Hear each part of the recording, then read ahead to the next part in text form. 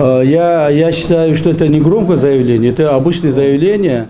Еще раз скажу, пока мы пограничные вопросы с Республикой Таджикистан не решим, мы контрабандой завоз товаров в Таджикистан или Кыргызстан будем полностью останавливать. Так?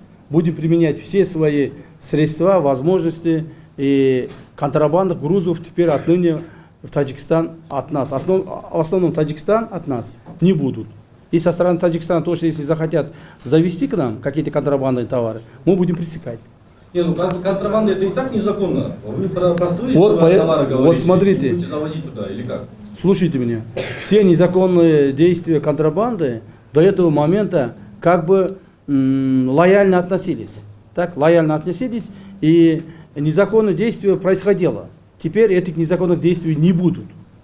Вот сейчас, например, Таджикистан не проходит ни литра дистоплива ГСМ, так, от Таджикистана сейчас к нам тоже не будет проходить ни их продукции, ни другие, ни третьи продукции. Так? Все теперь законно будет. А после того, как мы решим пограничные вопросы с Таджикистаном, ну тогда уже, конечно, ослабление будет, тогда уже начнем работать.